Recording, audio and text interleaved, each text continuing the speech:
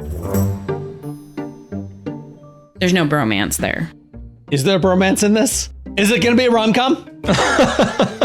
I mean, knowing us. It's the story of a young greenhorn falling in love with a wendigo. They come from different worlds. He was a greenhorn. It was a wendigo.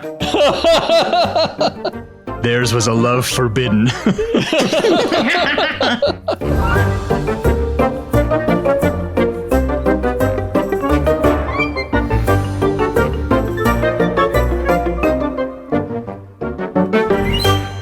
Hey there, story fans. Welcome to Almost Plausible, the podcast where we take ordinary objects and turn them into movies.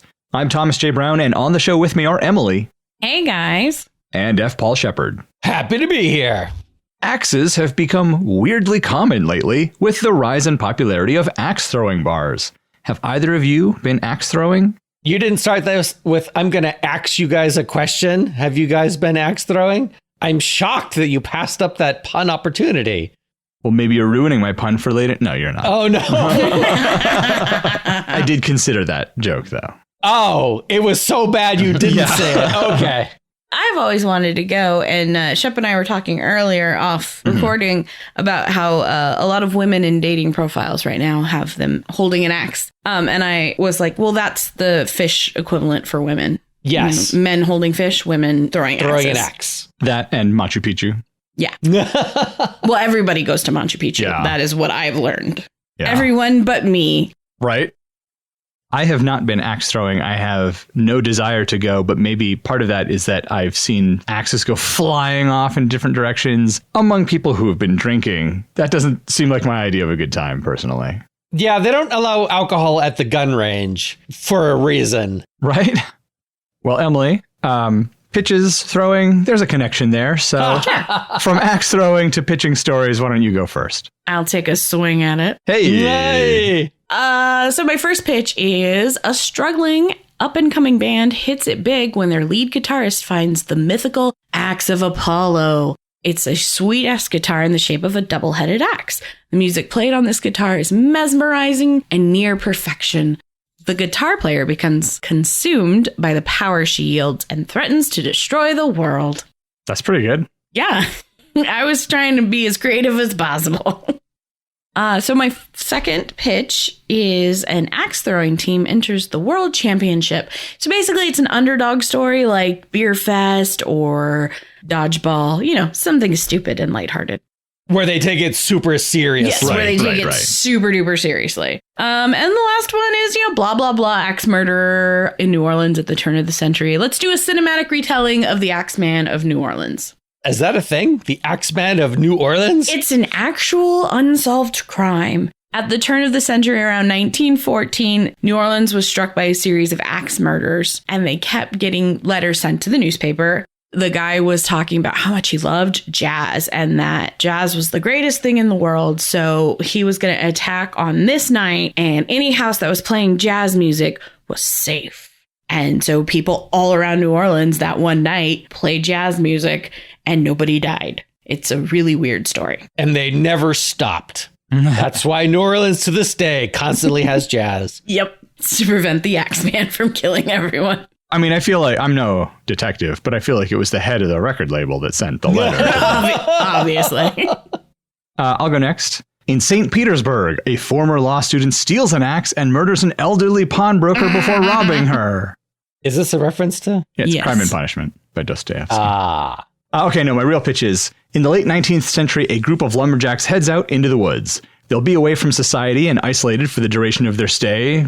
Things go well the first day, but the second day, one of them is killed in a mysterious and gruesome way. Now, logging is a dangerous industry and the men are no strangers to death on the job, but the savagery of this death has them all shaken. They soon discover a monster is stalking them. The foreman has a shotgun to protect the camp from bears, but he only gets a couple of shots off on the monster before it hauls him and the weapon away into the woods, never to be seen again. The remaining men must use their axes to protect themselves while completing the construction of a log flume in order to get back to civilization. Is it a Wendigo? I mean, it sort of seems like it. Is that based on the log flume ride at Disneyland? Is this one of those Pirates of the Caribbean ride transformed into a movie pitches? It's the other way around, actually. Log flumes were definitely a thing that loggers used to very quickly get logs from where they were logging to the river or to wherever they wanted them to go. And the log flume rides are based off of the actual log flumes. But I'm saying, could you get Disney money? Oh, no, forget everything I just said. It's the log flume the ride, but made into a movie. Yeah, that's it. Yes. Isn't the log flume ride in Disney Splash Mountain? Yeah, more or less. Yeah, it's already got a movie tie-in, and it's changing to a different movie tie-in now. Really? Why is that, Emily? Is there something about the movie tie-in they don't like? What are you referencing? No, I mean, not for 1950s white men. Yeah. What are you referencing? Song of the South. Yeah. Oh. My second idea, a city is plagued by a serial axe murderer when one night a man is attacked by the killer. The man manages to get the axe away from the attacker and uses it to kill them in self-defense. He runs from the scene to safety, still clutching the bloody axe. For some reason he can't explain, he doesn't call the police, who proclaim the now deceased killer to be another victim of the serial axe murderer. The man is inexplicably drawn to the axe, and holding it gives him a sense of power. It turns out the axe is cursed, and it compels the man to become the new serial axe murderer. Did we switch brains? Because I really like your pitches this week. And I'm jealous that I didn't come up with these. I figured you guys would like this one because there are elements of both serial killers and magical reality. So I've heard this story a lot, though. I mean, this is a very common trope. All right, well, those are my ideas. Shep, what do you have? Think about a guy lost in the woods with only a survival axe, which is a real sponsorship opportunity. Companies on Amazon give us money and an axe. And so he's doing an axe each. Come on. Yes. Don't sell all of us short. Yeah, I want one too. Yeah. There's a guy lost in the woods. He's got his survival axe. He's doing relatively okay, trying to find his way back to civilization until he runs into a secret drug operation. And he has to fight off drug dealers with only his survival axe. Which I'm saying, real valuable sponsorship opportunity. Like, you'll see this axe in a variety of survival situations. Yeah. And after I thought of all that, I was like, isn't this Snowflake? Didn't we just do this? So that's it. My one original idea. And it was our previous episode. At least you're recycling our own IP. So. That's right. Is there a particular pitch that one of you, both of you, all three of us like? Oh, I'm down for the lumberjacks in the woods. The one based on the Disney ride? Yeah. Do we have a physical description of a Wendigo? Is there like a commonly held? There's some similar characteristics across the tribes. Long limbs, sort of man-doggish look to them, or man-animal look. I was going to say it's the size of a Winnebago. It's where the word Winnebago comes from. But Winnebago is an Algonquin word meaning person of the dirty water. The picture that I sort of had in my head is that like evil spirit from Princess Mononoke. Something like that, where it's kind of like a big, almost like a teardrop shaped body with like lots of legs and moves really quickly. And I mean, we could totally go with that. We don't have to make it an actual Wendigo. It can just have Wendigo characteristics. Or just be a forest monster. Just a crazy forest monster works. As long as it's not Sasquatch, because he's a peaceful creature. Maybe so he shows Sasquatch up at the end. saves the foresters at the end. Yeah. We're all thinking it. So what would we say is kind of the overarching plot here? Like, I mean, I think I've kind of outlined it more or less, but right. Is there a period of mystery where they don't know what's going on? Like, how many of them are there and are killed before they see the monster or realize the monster's getting them? Yeah, I think there's got to be at least 2 or 3 scenes in the beginning after they've set up camp and they're settled into their work that, like, the young guy, the rookie, the new man. The greenhorn. Yeah, that's the word I was looking for. Ends up disappearing. And they're not sure, was it too isolated and lonely? I don't think it should be the greenhorn to disappear. The greenhorn should be the audience stand-in. Yes. Okay. Because that's who everything is going to be explained to by the more experienced woodsman. Yeah, that's a good thought. Okay. So the greenhorn is our main character. That's who we follow. Oh, and we got to get established that first day is them. You see the old crew heading out. The new crew is coming in. We meet the foreman and, he introduces the greenhorn to the crew, or maybe they're ribbing the greenhorn because, that's the way it is. You got to haze him a little bit. And maybe we see one of their hazing jokes to establish like that's a thing so that later he's like, oh, yeah, you guys are just hazing me. And they're like, no, man, this one's not us. Like, this is a real threat. And then we see like the log flume is not done, but it's like mostly built because obviously they're not building a log flume from scratch. Right. They're there to complete the log. That is part of what they're going to do, but they have 2 weeks to do it or something like that. And so as part of our story, they have to get it done in just a few days. I want to add a second greenhorn. Okay. Sure.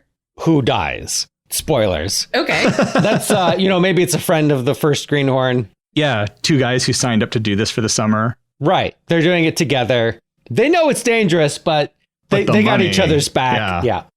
I was going to say, with the ribbing idea, a lot of our American folklore and tall tales comes from loggers and lumberjacks, because that's what they did at night, was sit around and tell these amazing stories.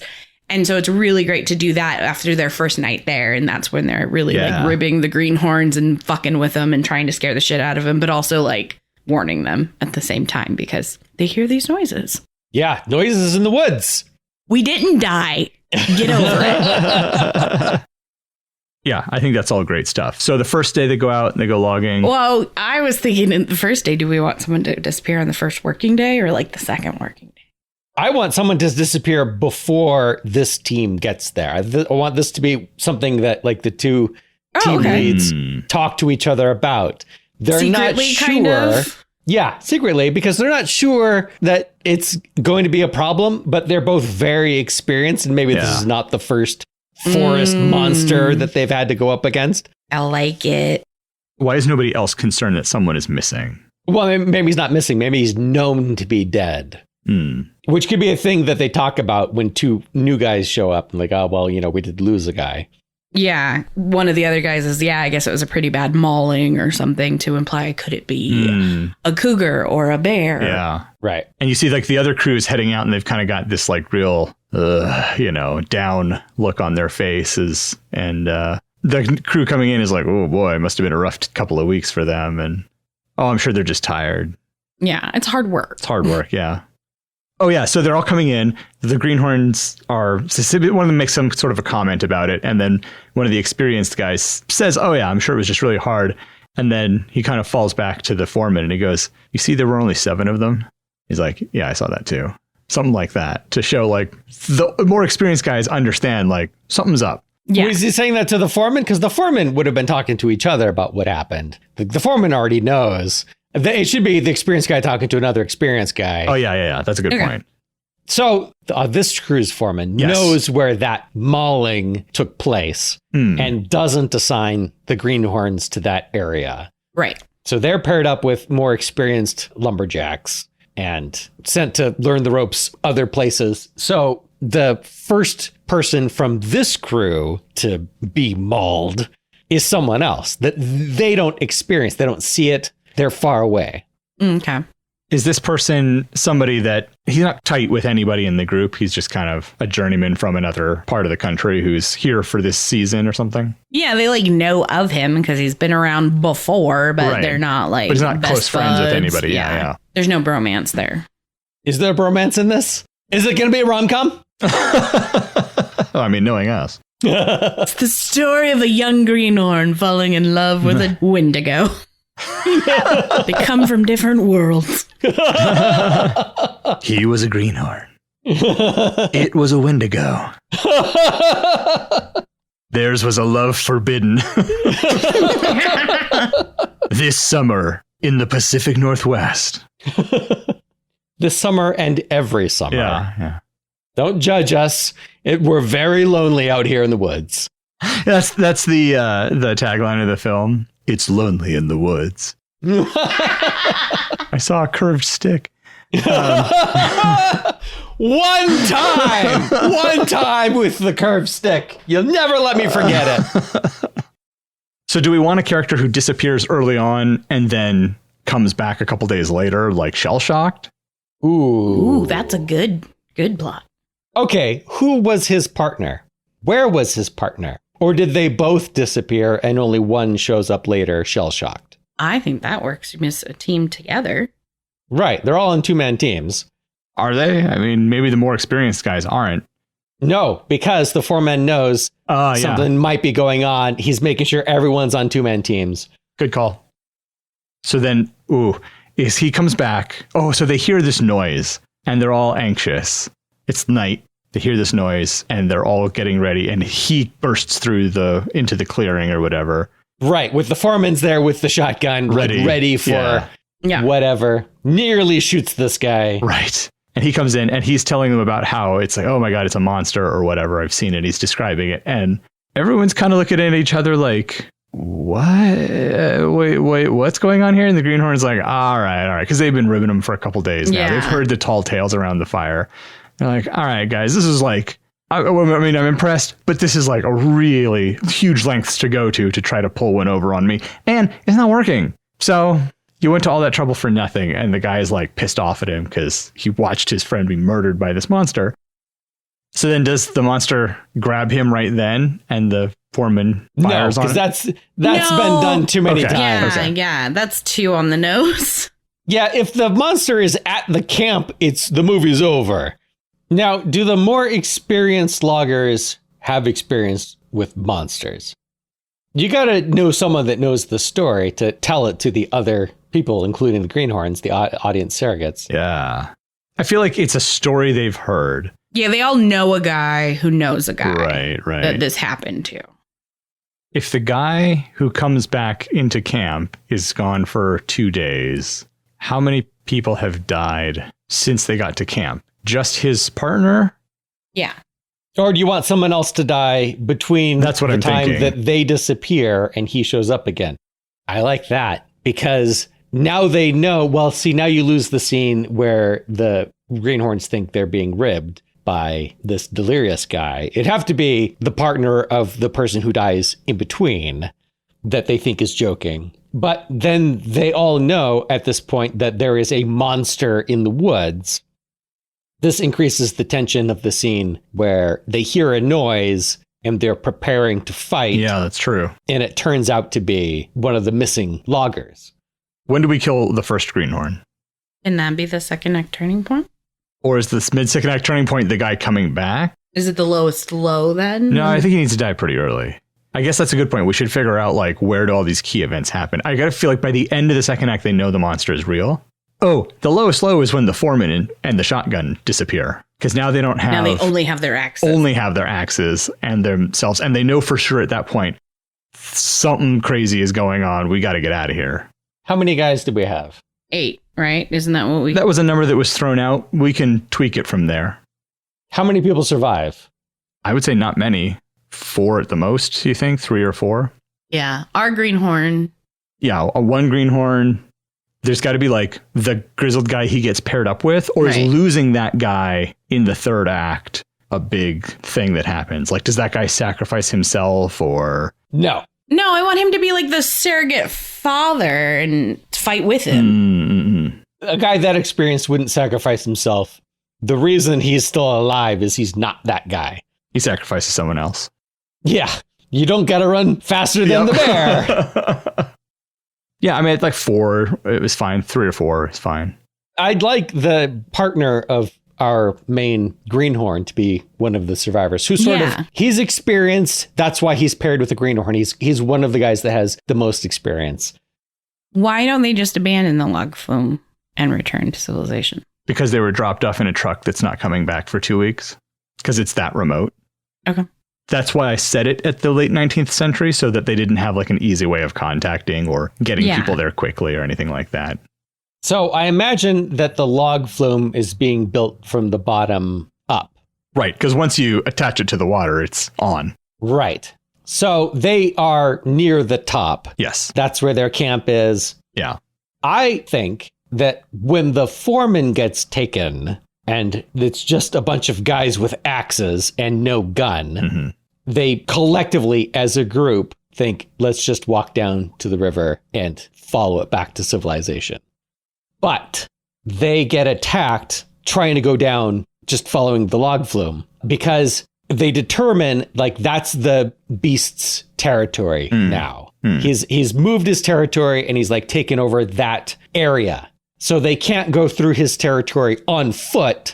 they will be killed. So they have to finish the log flume to ride the They logs. have to finish the log flume to go fast enough to pass through that area. Like it. And apparently they go really fast. Yeah. Yeah. So you can still have that tension at the end when they're going down the logs and the beast is there grabbing some of them. They thought they were going to make it. Yeah. They built the log flume and they're riding to freedom. But I could totally see a scene where it just goes like, it jumps and is sort of like flying across and grabs a guy off of a log and just like goes clean over the log flume and takes a guy off the log behind them. And they're like, oh shit, or in front of them. Yeah, and they're stuck. They can't do Right, anything. you can't do anything. What are you going to They get can't off? go back. They can't get off.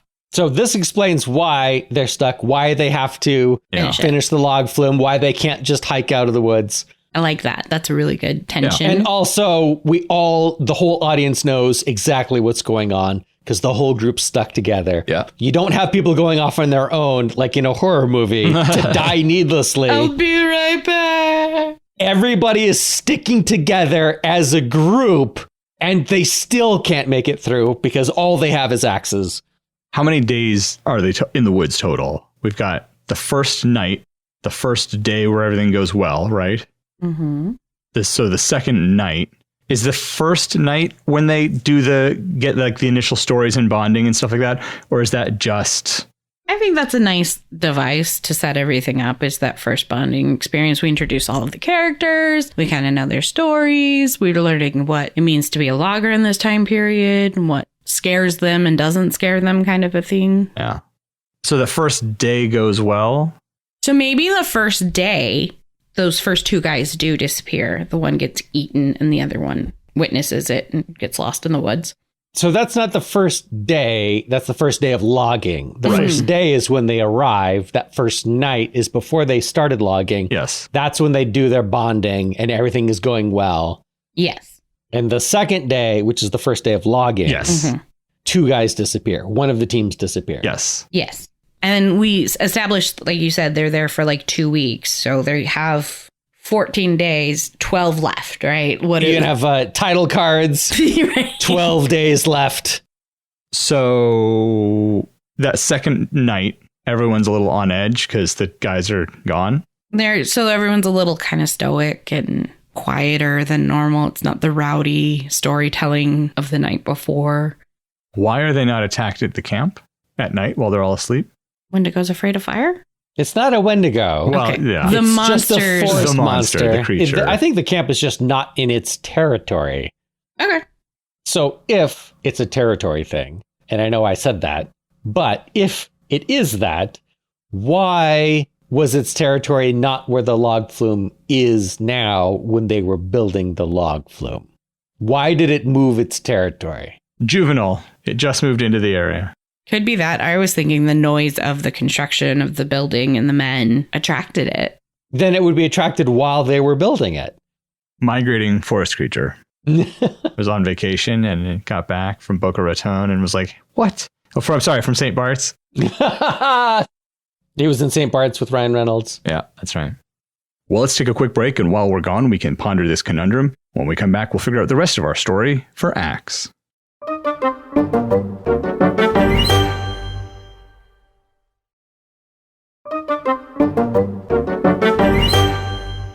All right, we are back.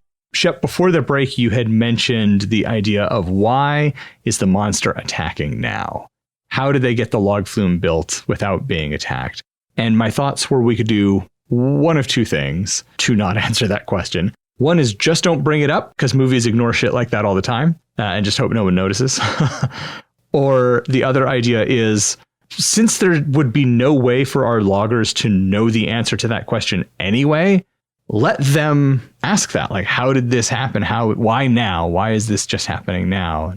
I don't know, but it is, and we have to deal with it. So just lean into the fact that there is not an answer. Well, so a lot of times in movies, they'll say, oh, such and such has happened, and that's why, yada, yada, yada. So we need to have a reason why its territory changed to include where the currently built log flume is, where it wasn't before, so that the loggers know that that has happened, and that's why they can't try again to walk out of the woods. Well, okay, so why do other animals in the wild determine their territory? That's a good question. This would be a problem for the writers to solve because it will require research. Yeah. So all we need to know, the three of us need to know, is that it has a territory which Right. has boundaries. And the camp is outside the boundaries. Yeah, similar to the reasons that other predators have boundaries. Yep. There's a couple things that I would like to suggest. I was also thinking during the break. Okay. One, the experienced guy that's partnered with our greenhorn, Yeah. the new leader, has to have experience with this kind of thing before. He doesn't mention it at first because nobody would believe him. Yeah. So he just doesn't bring it up. He knows what's going on and he plans accordingly, but he doesn't say anything until everyone else sees it. And then he will explain what it is or his previous experience with this sort of thing. So that feels like the mid-second act turning point. Yeah, that's good. Yeah. So they see and they all believe, Yes. but they don't know what it is. And he's like, I know what it is. Yep. Perfect. Yeah, that's great. And that helps establish at the beginning, like Thomas had suggested, that the one kind of like note to one of the others or the new foreman before he meets the old foreman to swap information. And he's like, you Right. notice there were only 7.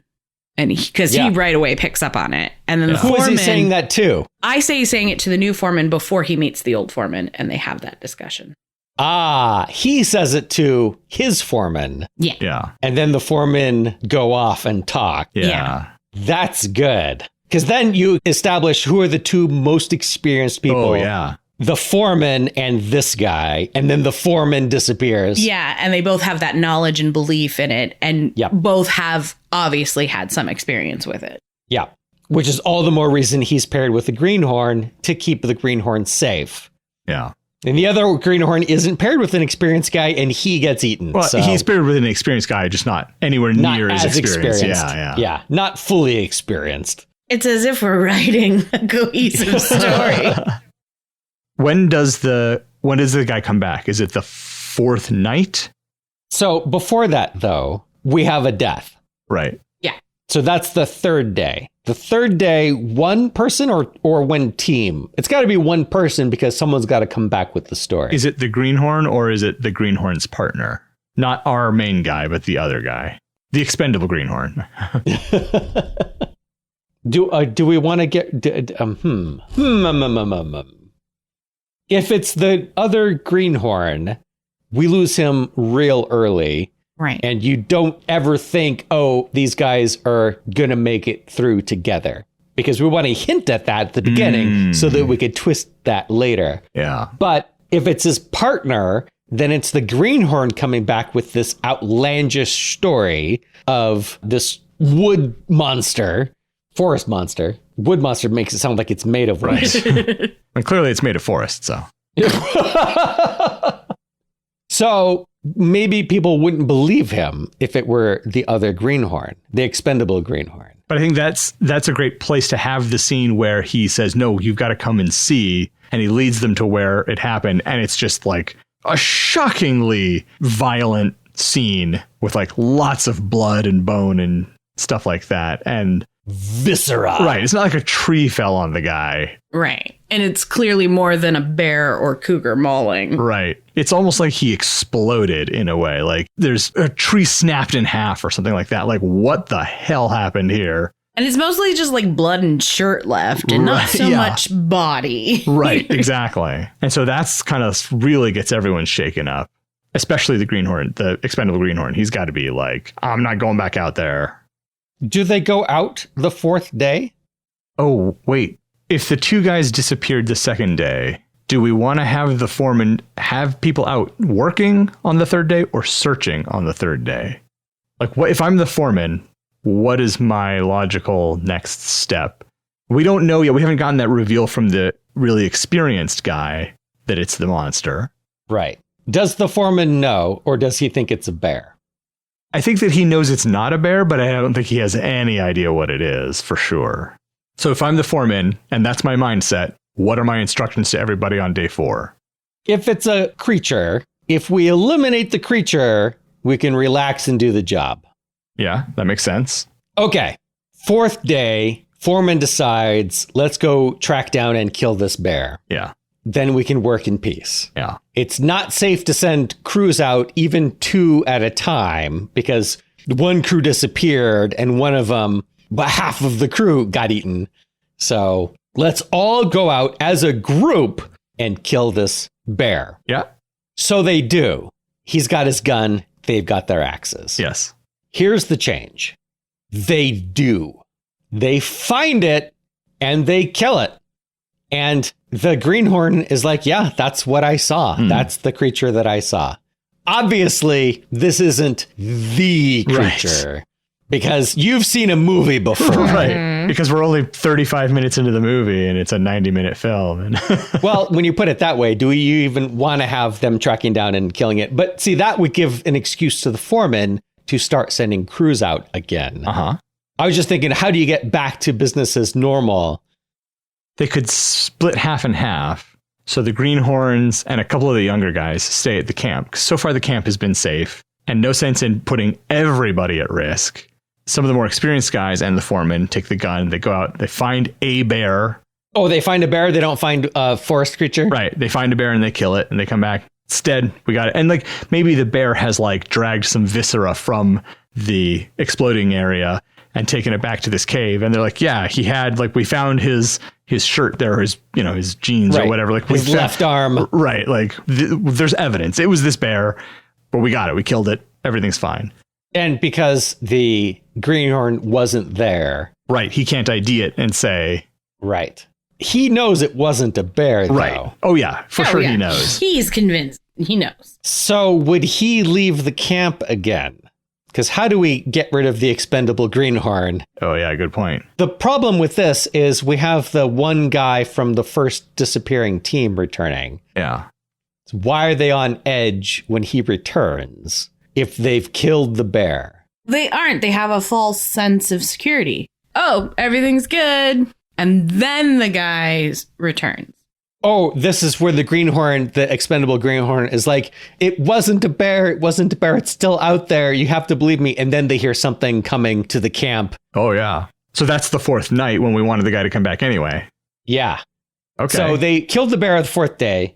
And then the guy's coming back. They're like, we think we killed it, but the greenhorn is real insistent and something is coming. And so they're on edge, but they don't shoot, even though it's nighttime. And it is the survivor from day 2. Yeah. Who comes back and corroborates the greenhorn's story. Yeah.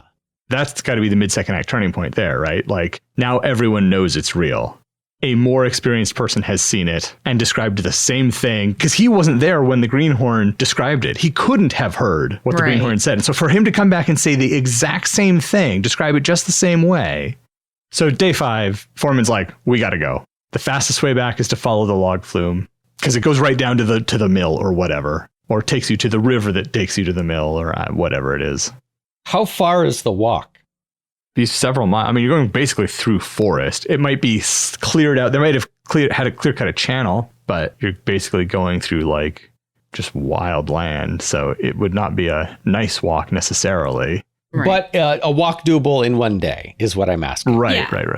One long day. One long day. So where along the trip do they get attacked? It's got to be before the midway point. Otherwise, they would just keep going. Right. They have to turn back. According to Wikipedia, the first successful log flume was 15 miles long. Oh, yeah. 10-ish miles would be reasonable. And that's a reasonable walk within a day for exercised men. Yeah. Okay. Let's say they get attacked 2 hours into it. Do we lose expendable greenhorn there? Yes. Okay. He doesn't want to leave the camp. He is afraid of everything, but now they're leaving to go back to civilization. So he's going to risk it.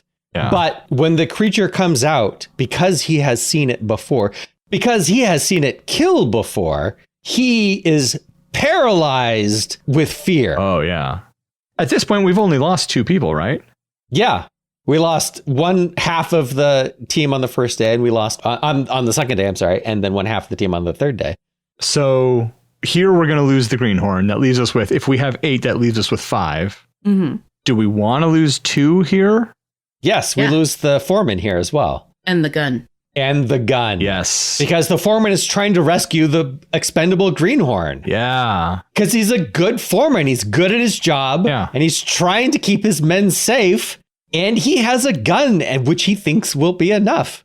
Does he run down to or run over to where the greenhorn is? And I think the greenhorn is in the middle of the pack because he's afraid. He wouldn't want to be on any edge of the group. The foreman is in the front. He's got the gun and he's leading the way. So when the creature comes out, do they try to attack it? Like, they did kill the bear successfully. Yeah. Yeah, this is when the axe battle happens. Right. They all have their axes. They're ready to fight. I'm just trying to figure out how do they have this fight where they can't kill it, but also they don't all just die. Oh, does the creature, when it attacks, does it attack quickly or does it saunter up to them like it comes out from somewhere slowly? Like we see it in the background and nobody else notices Well, it. no, like it kind of like walks around and looks at them and everybody stops and is like, oh shit, there it is. And it's like slowly kind of walking toward them. Like it doesn't need to charge because it's not afraid. It knows it's the biggest, scariest thing here. What kind of gun does the foreman have? Double barrel shotgun. Okay, he's got 2 shots. Yes. So the creature comes out. Does he wait till it gets close enough to shoot at it? It's a shotgun. This don't have a lot of range. This is a problem. So the creature comes out and they just brace for it. They get their axes ready. He gets his shotgun up and aims, and they wait for it to come closer. Yeah. I like that tension of it coming closer. Yeah. Oh, does the greenhorn bolt? Yeah, that's what I was thinking, is they're in formation, but the greenhorn is so afraid he's going to bolt. But what direction does he bolt where the creature can chase after him?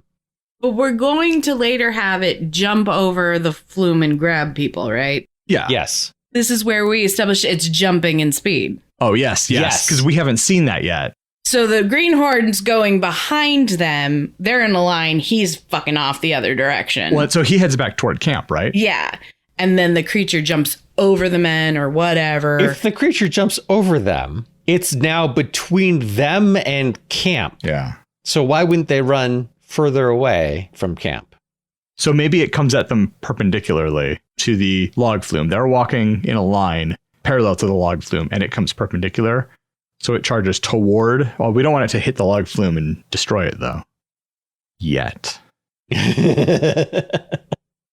What if instead of the greenhorn running back toward camp, he tries to run towards the mill further down?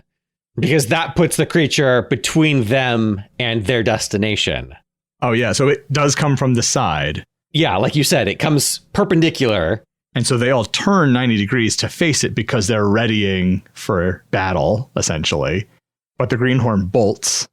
It sees him running, and that's when we see its speed. Maybe it jumps from the ground and sort of grabs onto the side of a tree and jumps down on top of the greenhorn, like pounces down from above. Ooh, I like that imagery. I like that a lot, especially if when it's grabbing on the tree, it's leaving a mark on the tree, which they can then see, oh, this is the territory that it hunts in. Yeah. You can see these marks on the trees. And they match what we saw at the exploded guy area. Yeah. He's like, what are these crazy markings in the tree? Like, what could have done this? Yes. It's not a bear. Not a bear.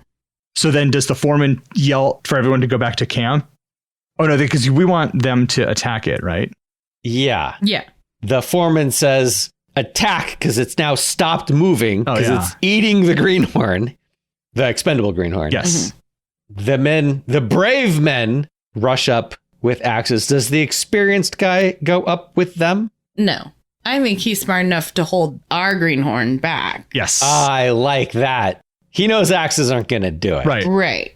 Why is he so concerned about keeping our greenhorn, the main character? We should give names to these guys. We should have given names to these guys an hour ago. Yeah. Well, our listeners can suggest names. Yes. If you have names for these characters, write them on our website.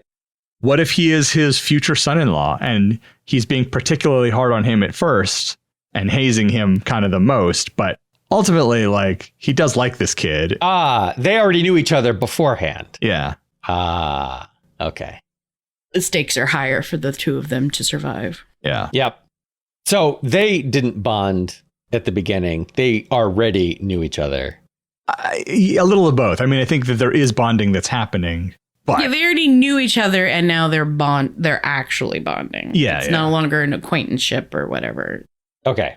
And so we need the greenhorn to do something brave or heroic or something to prove his manliness or whatever to the future Right. father-in-law. Oh, maybe he's been trying. Maybe that's why he came up to be a logger, right? He's trying to prove his manliness, Yeah. even though he's not inherently very manly. And the father-in-law doesn't really think he has it in him, but is trying to help him. Like maybe, I don't know. Something along those lines, though. That sounds right.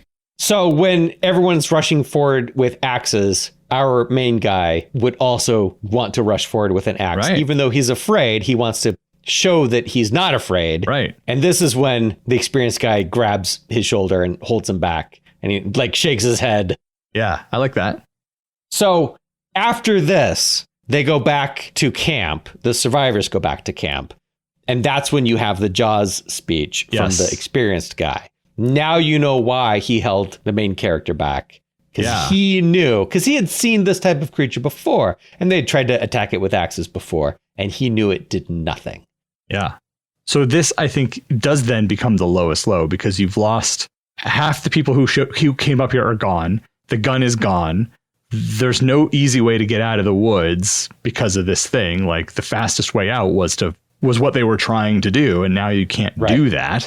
And that really sets up that final act of them working to finish the log flume to get out of the woods. Can the completion of the log flume be our greenhorn's idea? Oh, yeah. He's like, the log flume. Like, no, we already walked along the log flume. No, He's like, we not ride walk. it. We ride it. We finish the log flume. We ride logs. We have to be faster than the creature. Yeah. That's how we get to be faster. Yeah. And because we've established that he wasn't manly before, maybe more intellectually curious Yeah. before. So he's proving that his way also is a good way to be a man. That's good. That's Yep, good. I like it. So do they finish the log flume? How long does it take them to finish it? I mean, it doesn't have to be good. It just has Right. to operate. It's mostly done. It's mostly secure. So they could build kind of a dodgy upper part because it's not like they're going to be loading logs in the upper part. Right. They're not using it right now for work. Right. They just need to get water flowing. I think it should take at least 2 days because that gives us at least another night. Oh, yeah. Everyone's on edge because they're afraid the creature will come to the camp. Yeah. Okay, so day 6, building the log flume. Night 6, that last night, high tension, nobody sleeps. 7th day, more building. Oh, Thomas has an idea. I just had a picture in my head of them riding the log flume at night through a forest fire. Ooh. I like the visuals That would of be that. cool to watch. Oh, and then you get like the shadows, like the silhouette of the creature. There's like smoke and you can't quite tell. And then all of a sudden you see it and it's like, oh, that's not smoke. That's it. And you've got the little like embers floating around. So it's finished the 7th day or it's the 7th night? Well, it's finished the 7th day, late in the day. And or maybe the creature does attack the camp just as they're finishing it. And it's there. They've flooded it. But it's, it takes a bit for it to get going, I guess. I don't know. At any rate, I like the idea of the creature attacking the camp and somehow stuff like maybe a Kerosene. Yeah, kerosene or something like tips over and lights something on fire. Like, it's not like the forest fire is going to spread fast enough for it to be ahead of them. Okay. Maybe it's not completed yet, or it needs to be, one last thing needs to be done further up the hill. You have to open the sluice gate or whatever. Right. They're getting it all ready. They're going to finish it tomorrow early in the morning. The camp is attacked at night. Yeah. Fire starts to spread. They have to go further up the hill to where the head of the log flume is and finish it and write it down through the now forest fire that has spread. Yeah. Knowing that the creature is somewhere ahead of them, but not where. That's a big finale. Yeah. Yep. I like it. And then at some point on that ride, which by the way would be absolutely bonkers you'd be tearing along at high speed, no control whatsoever. You're just along for the ride, probably being jostled and bounced and stuff. And the creature is maybe chasing them. It's running alongside at some point, and they can see it keeping pace with them. And then maybe it kind of disappears at one point, and then all of a sudden it comes flying perpendicular across and grabs the guy on the front log. And it disappears. And then because they're going fast, they can see it up ahead on a tree, ready to pounce. Like it does. It jumps on the tree and it gets ready to pounce, and then it pounces. And there's nothing they can do. You can't stop. There's nothing they can do. And they lose a man. Yeah. And they lose a man. But not the main character, not the experienced guy. No, because it's a movie. Because it's a movie. I like it. Well, that's the big finale. Yeah. What do you follow this up with? They get to the mill. To the mill and send their communication out. Yeah. Success in this movie is not killing the creature. Right. Success is Living. getting out of the woods. Yeah. Right. And sending a message to the company and having them deal with it. Yeah, because the greenhorn's definitely not going back. Right. Our greenhorn is like, you know what? I'm going to go to college. This is enough for me. The experienced guys, I was planning to retire anyway, so. Yeah. That was my last job. Seems as good a time as any. So do we have our story then? I think we have feel it. like we do, yeah. I really like this movie a lot. I don't, and I am normally not the one who's scared by the stories we come up with, and this one is kind of freaking me out. This one is legit, like, a pretty scary one, I think. Yeah. That's good. Yeah. That's good. Like, I would totally watch the crap out of it, and then I'd have nightmares all night, but it would be worth it. All right, who wants to give us a quick wrap-up here? Go over the story one more time so that we have it in our head clear what actually happens. I feel like Shep does a good job of synthesizing things.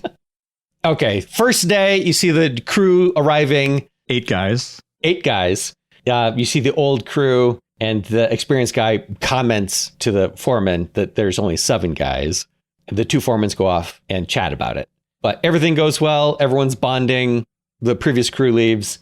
And that's the end of the first night. The second day, the foreman sends people out in groups of 2 because someone disappeared on the previous group.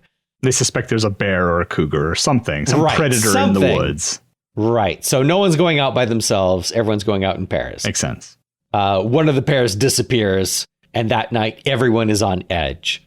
Third day, the expendable greenhorn's partner gets eaten and leads everyone to the scene of the mess. And the third night, everyone is shook. The fourth day, some of the people stay back. The greenhorns stay back at the camp, but some of the experienced guys track down a bear and kill it with axes. That's the name of the episode. The foreman thinks the site is now safe. That night, the expendable greenhorn insists that it wasn't a bear and something is coming. They can hear something coming through the woods. And it turns out to be the survivor from day 2. And the survivor corroborates the expendable greenhorn's version that it's not a bear and it's still out there.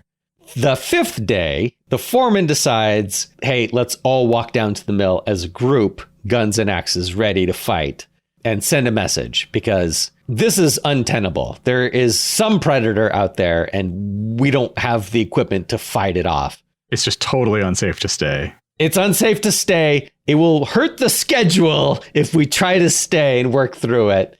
And it's better for the company if we go down. So they go down, but 2 hours into the walk, they are attacked. The expendable greenhorn panics and flees and attracts the creature's attention. They try to fight it. The axes do nothing. The foreman tries to shoot it, or it does shoot it, but it doesn't kill it. And he is killed and the gun is lost. And so the survivors head back to the camp away from the creature. That night, they get the Jaws speech from the experienced guy who's now taken charge of the group. And our greenhorn, the main character, suggests finishing the log flume so they can write it down faster than the creature runs. The creature is fast, but the log flume is even faster. The 6th day, they're building it. The 6th night, everyone is on edge. The 7th day, they're still building it. And the 7th night, the creature finds the camp and attacks. Kerosene spills, starts a fire. The fire spreads to the forest. The survivors head further up to the hill to finish the last part of the log flume and start their ride down. They ride through the now forest fire and are chased by the creature, who pounces and takes one of them at least one of them. I think during the part, either at the camp attack or while they're trying to finish it, we lose one of the 4 remaining guys. So it's 3 on logs. 2 guys on one log and another guy on his own log. Oh, the other guy, he's on his own log because he didn't wait for them. Oh, yeah. Oh. They were going to go as a group, and he just went on his own ahead because he was too afraid. And that's why he gets pounced on by the creature, because he's the first one in range. Yeah. Love it. Yep. So his haste to get to safety is what caused his doom. The 2 survivors, which is the main character and his father-in-law, the only people out of the original 8, make it down and get to the mill and send off a message and retire from logging. The end. Yeah, I like it. That's good. Well, we like it, but we would love to hear your thoughts on today's show about an axe. Was it a sharp bit? Or do you have an axe to grind with us? Let us know by leaving a comment on our website, reaching out on social media, or sending us an email. Links to all those can be found at almostplausible.com. Thanks for listening. Emily Shep and I will be back on another episode of Almost Plausible.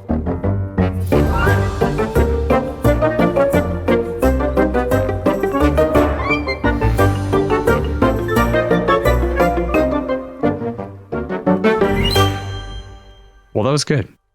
Yeah, it built to a real climax. Yeah, while you were going through all that shit, there were noises in my dining room. That's why I'm like, I don't like this story anymore. You have a dog. Your dog is making noises. No, it's my dog and my cats. You brought this on yourself.